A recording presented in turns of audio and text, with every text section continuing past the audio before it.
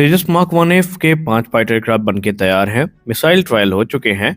HAL कहता है कि इस साल डिलीवरी भी होगी, लेकिन सवाल ये उठता है कि इंडियन एयरफोर्स इन्हें लेने से हिचक क्यों रही है।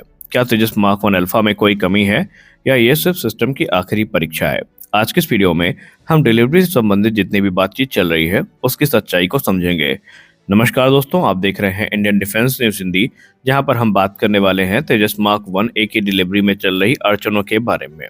सब पूरे मामले को समझें उससे पहले आपके लिए एचएएल ने क्या दावा किया था वो जानना जरूरी है। एचएएल ने हाल ही में घोषणा की थी कि 5 तेजस मार्क 1A फाइटर एयरक्राफ्ट बनके तैयार है। मिसाइल फायरिंग ट्रायल हो चुके हैं। Laser guided bomb release trial भी सफलतापूर्वक पूरे किए जा चुके हैं। एचएएल का कहना है कि ये जेट इस वित्तीय वर्ष में भारतीय वायुसेना को सौंपे जा सकते हैं। यह अपने आप में एक बहुत बड़ी उपलब्धि है, क्योंकि तेजस मार्क 1 अल्फा एक नया वर्जन है। इसमें नया रेडार, नया इलेक्ट्रॉनिक वॉरफेयर स्वीट और बेहतर कॉम्बैट कैपेबिलिटी हमें देखने को मिलती है। लेकिन कहानी यहीं खत्म नहीं होती।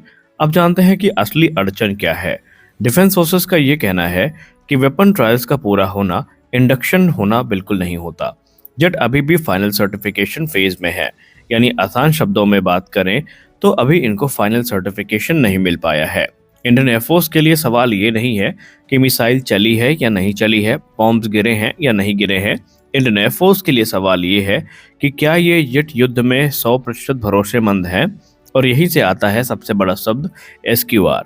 एसक्यूआर क्या होता है ये जानना भी आपके लिए जरूरी है।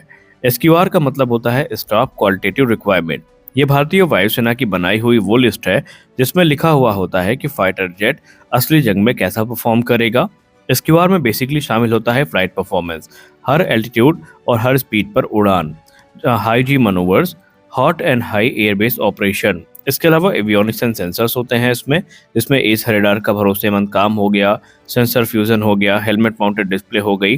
फिर आता है इलेक्ट्रॉनिक वॉरफेयर, जिसमें दुश्मन रेडार को डिटेक्ट करना, जैम करना, खुद को मिसाइल से बचाना। और फिर आता है रिलायबिलिटी, लगातार शॉर्टेज के बाद सिस्टम फेल तो नहीं हुआ, ग्राउंड को कितनी जल्दी रिपेयर कर सकते हैं। ये सारी चीज़ें एसक्यूआर का हिस्सा होती हैं। अब यहाँ पर सवाल आपने ये सुन लिया, आपने उत्तर भी जान लिया, लेकिन आपको बार बार एक टर्म्स या दो टर्म्स सुनने को मिलते होंगे, टेक्निकली रेडी और ऑपरेशनली क्लियर्ड। अब यहाँ पर बहुत ज़्यादा लोग कंफ्यूज हो जाते हैं कि ये टेक्निकली रेडी और ऑपरेशनली क्लियर्ड क्या होता है। अगर हम बात करें टेक्निकली रेडी का, तो यहाँ पर इसका मतलब होता है कि जेट बना हुआ है, उड़ भी सकता है और हथियार भी चला सकता है। जबकि ऑपरेशनली क्लियर्ड का मतलब होता है कि स्क्वाड्रन में तैनात किया जा सकता है, पायलट को भरोसा होता है इस पे कि वार सिचुएशन में इसमें कोई सरप्राइज ना हो या कोई खराबी ना हो। यानी तेजस मार्क 1 अल्फा अभी टेक्निकली रेडी तो है, लेकिन पूरी तरीके से ऑपरेशनली क्लियर्ड नहीं है। और जब तक ये ऑपरेशनली क्लियर्ड नहीं होगा, ये इंडियन एयरफोर्स को फिलहाल ज्वाइन नहीं कर सकता। अब आखिरकार इसको हम एचएएल वर्सेस इंडियन एयरफोर्स का टकराव कहें या कुछ और, क्योंकि लोग कहते हैं कि एचएएल यहाँ पर लेट लतीफी कर रही है और इसके चलते इंडियन एयरफोर्स को डिले हो रही है। लेकिन असल सच्चाई ये है कि एचएएल का काम है प्रोडक्शन दिखाना, प्रोग्रेस साबित करना। भारतीय वायुसेना नेशन की सिक्योरिटी, पायलट की जान और मिशन सक्सेस तीनों पर ध्यान देती है। इसीलिए इंडियन एयरफोर्स कोई भी कॉम्प्रोमाइज नहीं करना चाहती। ये कोई टकराव नहीं है, बल्कि ये एक प्रोफेशनल कॉजन है जो कि इंडियन एयरफोर्स की तरफ से लिया जा रहा है। अब यहाँ पर देरी चिंता का विषय तो है, क्योंकि तेजस मार्क 1 अल्फा को मिग 21 के जाने के बाद जो गैप क्रिएट हुआ है उसको रिप्लेस करना है, भारतीय वायुसेना की स्क्वाड्रन स्ट्रेंथ बढ़ानी है और हर देरी का असर फोर्स प्लानिंग, डिप्लॉयमेंट और एयर पावर बैलेंस में देखने को मिलेगा। लेकिन जल्दीबाजी में इंडक्शन भी अपने आप में एक बड़ा खतरा हो जाता है, क्योंकि आप सब जानते हैं कि फाइटर जेट काफ़ी ज़्यादा सेंसिटिव होते हैं। यहाँ पर एक माइनर मिस्टेक भी बहुत बड़े कैटास्ट्रॉफिक फेलियर को यहाँ पर कुल मिलाकर आमंत्रण दे सकती है। अब अगर हम आसान शब्दों में बात करें तो क्या ये डिले बहुत बड़ी होने वाली है?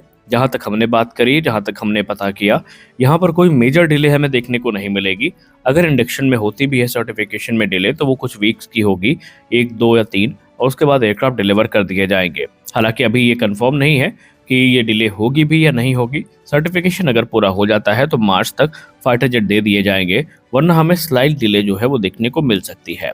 हालांकि अब आपको बता दें कि एयरक्राफ्ट ऑलरेडी बन के तैयार है, इंतजार है तो कुछ सर्टिफिकेशंस का। जैसे ही वो हो जाते हैं, क्योंकि वो अपने अंतिम चरण में है इसलिए कभी भी वो हो सकते हैं, तो उनके होने के बाद इंडियन एयरफोर्स को एयरक्राफ्ट मिलने शुरू हो जाएंगे और ये इस वर्ष की पहली तिमाही के अंतर्गत ही होना है। तो देखते हैं कि इंडियन एयरफोर्स का एक लंबा इंतजार खत्म होने वाला है, या फिर ये जो लेट लतीफ़ी है ये थोड़ा और हमें देखने को मिलती है। फिलहाल हम तो सब कुछ अच्छा हो इसी की कामना करते हैं। आपका इस पे क्या मानना है? क्या इंडियन एयरफोर्स सही है और एचएएल को इस समय अपने काम में तेजी लानी चाहिए? आप अपनी राय कमेंट सेक्शन में ज़रूर दें। मिलते हैं अगले वीडियो में, तब तक के लिए जय हिंद।